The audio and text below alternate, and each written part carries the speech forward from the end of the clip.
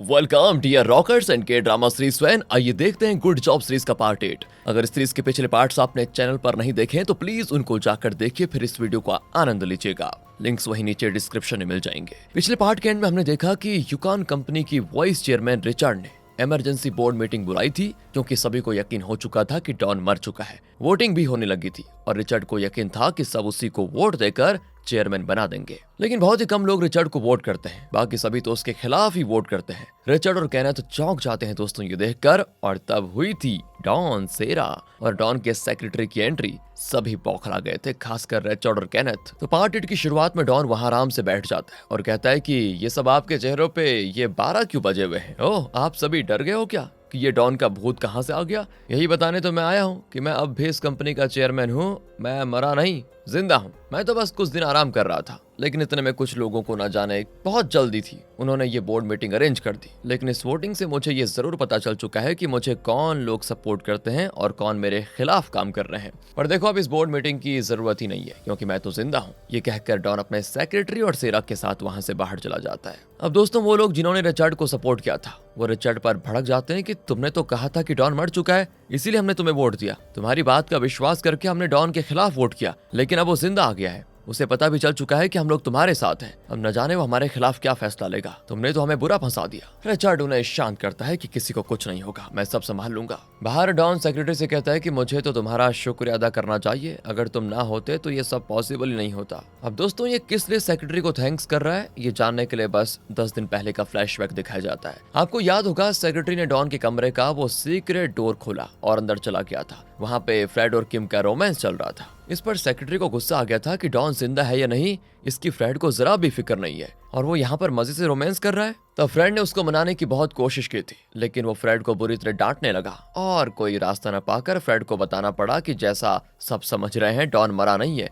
वो एक secret mission पर है। ये कहकर उसने डॉन को कॉल किया और सेक्रेटरी से उसकी बात भी करवाई। तब डॉन ने उसे बताया था कि मुझे शक है कि केनेथ ने मेरा कत्ल करवाने की कोशिश की है, पर मुझे सच का पता लगाना है, इसलिए मुझे आपकी मदद चाहिए। डॉन का प्लान सुनकर सेक्रेटरी उसकी मदद करने के लिए मान गया। फिर वो रिचर्ड के पास गया और कहने लगा कि डॉन तो चल बसा और वैसे भी वो एकदम खड़ूस था, मुझे तो उसके साथ काम करना बिल्कुल अच्छा नहीं लगता था। खैर, अब वो मर चुका है और मुझे लगता है कि चेयरमैन की पदवी अब आपसे ज्यादा कोई और नहीं हैंडल कर सकता। इस तरह दोस्तों, उसने रिचर्ड को मलाई लगाई और उसने अपने जाल में उसे फंसा लिया। ये सुनकर रिचर्ड को भी लगा कि जब हवा उसकी दिशा में बह रही है तो उसका फायदा उठाकर बोर्ड मीटिंग बुलाई जाए। मीटिंग में सभी उसे वोट देंगे और वो चेयरमैन बन जाएगा, ये था उसका प्लान। पर वो नहीं जानता था कि उससे बात करने के बाद सेक्रेटरी दूसरे शेयर होल्डर्स और बोर्ड मेंबर से मिला और उन्हें कन्विंस किया कि आप सब रिचर्ड के खिलाफ वोट कीजिएगा। इसीलिए दोस्तों, प्रेजेंट में डॉन सेक्रेटरी को थैंक कर रहा है। तब रिचर्ड वहां पर आता है और डॉन उसे अकेले में ले जाकर बात करता है। रिचर्ड कहता है कि मुझे नहीं पता था कि तुम जिंदा हो बेटा, वरना मैं ये मीटिंग बुलाता ही नहीं।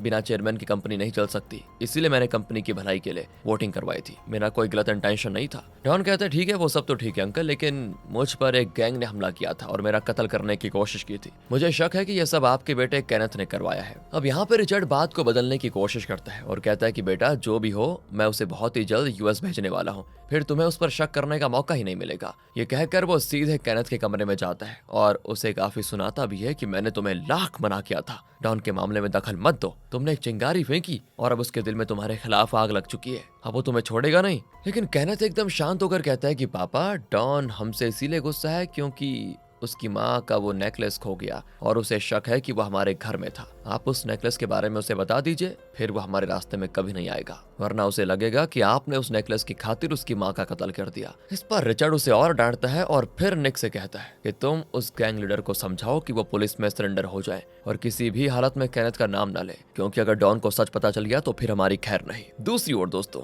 फ्रेड और किम उस गैंग लीडर की तलाश में उस जगह पर जाते हैं जहाँ उस गैंग ने डॉन को बंद करके रखा हुआ था। पर इतने में किसी की आहट सुनकर दोनों एक जगह पर छुप जाते हैं। लेकिन दोस्तों, ये लोग कोई मौका नहीं छोड़ते रोमांस करने का और वहीं चिपक कर रोमांस भी कर लेते हैं। पर गैंग लीडर निक के हाथ लग जाता है और निक उसे धमकाता है कि तुम पुलिस में सरेंडर हो जाओ और उन्हें बताओ कि तुमने पैसों के खातिर अपनी मर्जी से डॉन को किडनैप किया था और फिर हम तुम्हें बहुत बड़ी रकम देंगे और जेल से रिहा भी करवा देंगे। पर अगर तुमने केनेथ का नाम ले लिया तो सोचो दुनिया में नहीं रहोगे, तुम बता रहा हूँ। वो भी पैसों के लालच में आकर पुलिस स्टेशन जा रहा होता है। फ्रेड और किम भी दोस्तों से फॉलो करते हैं और डॉन को इन्फॉर्म कर देते हैं कि हम गैंग लीडर का पीछा कर रहे हैं। लेकिन अब गैंग लीडर को पुलिस स्टेशन जाते देखकर फ्रेड हैरान रह जाता है। गैंग लीडर दोस्तों वहां जाकर सरेंडर हो जाता है कि मैंने ही डॉन को किडनैप किया और उसे जान की धमकी देकर पैसे मांगे, और जब उसने देने से इनकार कर दिया तो मैंने उसका कत्ल करने की कोशिश की। और जब डॉन को ये बात पता चलती है तो उसे यकीन हो जाता है कि ये भी रिचर्ड की कोई चाल है, जरूर उसने कोई और प्लान बना लिया है। पूछताछ के बाद गैंग लीडर बार बार यही कहता है कि मैंने अपनी मर्जी से डॉन को किडनैप किया था, ना कि किसी के बहकावे में आकर किया। अगले सीन में दोस्तों केनेथ रिचर्ड के ऑफिस में आकर निक को पकड़ लेता है कि तुमने उस गैंग लीडर को पुलिस में सरेंडर होने को क्यों कहा, बताओ। अगर अब वो मेरा नाम लेगा और मैं फंस जाऊं तो? रिचर्ड कहता है कि पहले तो तुम निक का शर्ट छोड़ दो, वो गैंग लीडर तुम्हारा नाम नहीं लेगा, तुम जल्द से जल्द यूएस जाने की तैयारी करो बस। दूसरी ओर डॉन अपनी माँ की फोटो को देखकर कहता है कि माँ, तुम्हारे कातिल के मैं बहुत ही नजदीक पहुंच चुका हूँ, मैं जल्द ही उसका पता लगा लूंगा। अगले दिन निक रिचर्ड के पास भागा चलाता है और बताता है कि केनेथ को अरेस्ट करने के लिए पुलिस आई है। इतने में केनेथ भी आ जाता है और वो निक पर भड़क जाता है कि तुमने तो कहा था कि वो गैंग लीडर मेरा नाम नहीं लेगा, पर अब पुलिस मुझे अरेस्ट करने क्यों आ गई? अब मैं क्या करूं बताओ? असल में केनेथ ने कंपनी में जो बहुत बड़ी रकम का घोटाला किया था, उसी सिलसिले में डॉन ने पुलिस को बुलाया होता है। रिचर्ड भी ये बात जान चुका था और वो कहता है कि तुम्हारी करनी ही ऐसी थी बेटा, कि एक न एक दिन पुलिस ने तुम्हें अरेस्ट करना ही था, इसमें निक की कोई गलती नहीं है। केनेथ कहता है कि निक सब कुछ जानता था, लेकिन इसने हमेशा मेरा साथ दिया, और अब मुझे लगता है कि ये मेरे खिलाफ कोई प्लान कर रहा है और मुझे फंसाने पे तुला हुआ है। आप प्लीज इससे कहिए कि मेरे बजाय ये पुलिस में खुद सरेंडर हो जाए। और रिचर्ड कहता है कि नहीं, वो ऐसा नहीं करेगा, फिलहाल तुम पुलिस के साथ जाओ, मैं अपने लॉयर से बात करके तुम्हें बेल दिलाने की कोशिश करता हूँ। इस पर केनेथ को बड़ा गुस्सा आता है। वो कहता है तो इसका ये मतलब है कि आपने ही डॉन की माँ का नेकलेस चुराया और आप ही ने उनको मार भी डाला? रिचर्ड उसे कस के दोस्तों चांटा मारता है। तभी पुलिस भी आ जाती है। वो केनेथ को हथकड़ी पहनाकर लेकर जाते हैं, लेकिन वो मुड़ मुड़ कर चिल्लाता है कि प्लीज पापा मुझे बचा लो। लेकिन रिचर्ड उसको देखता तक नहीं, क्योंकि अगर इस वक्त वो केनेथ को सपोर्ट करेगा तो वो खुद भी फंस जाएगा। बाहर डॉन को देखकर केनेथ उसको धमकाता है कि तुम मेरे साथ जो कर रहे हो ना, उसके लिए तुम्हें बहुत पछताना पड़ेगा। दूसरी ओर निक रिचर्ड को बताता है कि डॉन हर किसी से उस नेकलेस के बारे में पूछताछ कर रहा है। रिचर्ड कहता है कि वो जो कर रहा है उसे करने दो, लेकिन मुझे उसके हर एक चाल की खबर मिलती रहनी चाहिए। यहाँ डॉन सेरा के ऑर्फनेज की ग्रुप फोटो देख रहा होता है, जिसमें उसकी माँ भी होती है। वो कहता है कि क्या आपको पहले से पता था कि सेरा के पास ऐसा सुपर पावर है? वो अपनी माँ से बात कर रहा होता है दोस्तों फोटो में। वो अपनी माँ से आगे कहता है, माँ, हैरानी की बात तो यह है कि वो उसी सुपर पावर के जरिए आपके कातिल का पता लगाने में मेरी मदद कर रही है। क्या इसी को किस्मत कहते हैं? ये कहकर वो फोन में सेरा को देखता है और मन ही मन ये सोचकर स्माइल कर लेता है कि बचपन में भी सेरा बड़ी क्यूट थी। अगले दिन डॉन का सेक्रेटरी बड़ी टेंशन में डॉन के पास भागा चला आता है। डॉन ने उस गाँव के एक फोटोग्राफर से कुछ फोटोज लिए थे, याद है? उनमें से एक फोटो में रिचर्ड और उसके पास कोई और खड़ा होता है। डॉन ने सेक्रेटरी से पूछा था कि उस आदमी का पता लगाओ जो रिचर्ड के पास खड़ा है, तो सेक्रेटरी ने उसका पता लगा लिया था और वही बताने के लिए वो आया है। वो कहता है कि वो आदमी 20 साल पहले रिचर्ड का ड्राइवर हुआ करता था और मैंने उसका एड्रेस भी पता लगा लिया। ये सुनने के बाद तो डॉन की उम्मीदें जाग जाती है कि अगर उस ड्राइवर से बात करेंगे तो शायद मेरी माँ के केस में कोई सुराग मिल जाए। सेक्रेटरी भी डॉन के साथ जाना चाहता है, लेकिन डॉन कहता है नहीं, तुम भी आ गए तो यहाँ का काम कौन संभालेगा, मैं चला जाऊंगा, तुम ऑफिस संभालो। कहकर डॉन सेरा को लेकर उस एड्रेस पर जाता है, लेकिन वहाँ पर कोई नहीं होता, सिर्फ एक बलून होता है। शायद ये एड्रेस गलत है, ये सोचकर दोनों दूसरी जगह जाते हैं जो थोड़ी ऊंचाई पर होती है। सेरा यहाँ पर अपने सुपर पावर यूज करके जल्दी पता लगाना चाहती है, लेकिन डॉन उसकी आंखें बंद कर देता है और कहता है कि प्लीज पावर का यूज मत करो वरना तुम्हारी जान को खतरा हो सकता है। सेरा भी कहती है कि अरे वाह, तुम्हें मेरी फिक्र भी है क्या? डॉन कहता है नहीं नहीं, तुम मेरी असिस्टेंट हो, अगर तुम सुपर पावर यूज करके बेहोश हो गई तो मेरा काम कौन करेगा पूरा? एकदम अनरोमांटिक बुद्धू है दोस्तों ये आदमी। ये सोचकर सेरा वहां से निकलती है तो डॉन भी उसके पीछे चला जाता है। तब दो औरतें एक छोटी बच्ची को ढूंढ रही होती है। वो इनको उस बच्ची की फोटो दिखाकर पूछते हैं कि आपने इसे कहीं देखा है? उस फोटो में उस बच्ची के हाथ में दोस्तों येलो कलर का बलून होता है। डॉन और सेरा ने नीचे एक जगह पर यही बलून देखा था, तो वो उन औरतों को उसी जगह पे लेकर जाते हैं। वहाँ वो बच्ची एक गड्ढे में होती है दोस्तों। सेरा तुरंत उसको बाहर निकाल कर पूछती है कि तुम यहाँ पर क्या कर रही थी? असल में रिसेंटली इस बच्चे की माँ चल बसी थी। वो कहती है कि सबने मिलकर माँ को जमीन के नीचे दफना दिया था। मैं अपनी माँ से मिलना चाहती थी, इसीलिए जमीन के अंदर जाने की कोशिश कर रही थी। सुनकर सेरा को उसके लिए बहुत ही बुरा लगता है और बड़े प्यार से वो समझाती है कि बेटा, तुम्हारी माँ नीचे नहीं ऊपर स्वर्ग चली गई है और वहाँ से वो हमेशा तुम्हें देखती रहेंगी, इसीलिए तुम हमेशा खुश रहना, तभी वो तुम्हें देखकर खुश होंगी।